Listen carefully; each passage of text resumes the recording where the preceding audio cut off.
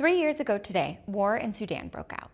For 3 years, the Sudanese people have been living an unimaginable nightmare, one that the world has largely chosen to look away from.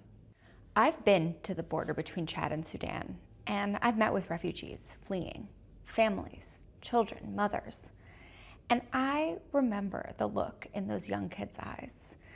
They were still reeling from the pain and the trauma that they were fleeing from. That's not something that you can forget. And that's why I will never stop speaking up.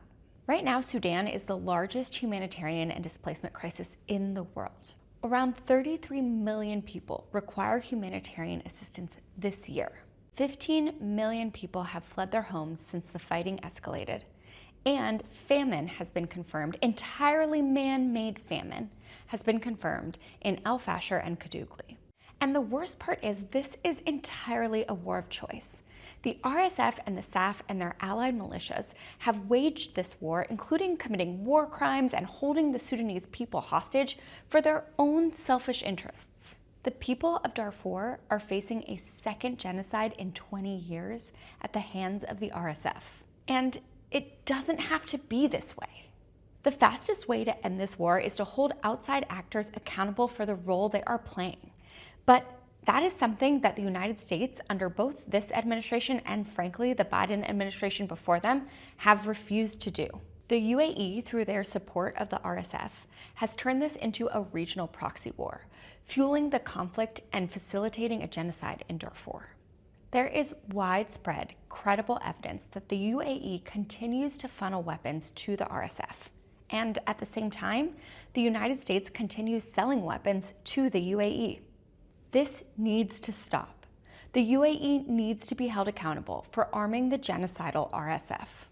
That's why I introduced the Stand Up for Sudan Act, to block US arms going to the UAE until they stop funding the RSF. We have the leverage to end this war. Now we need to use it. And here's what makes this even worse.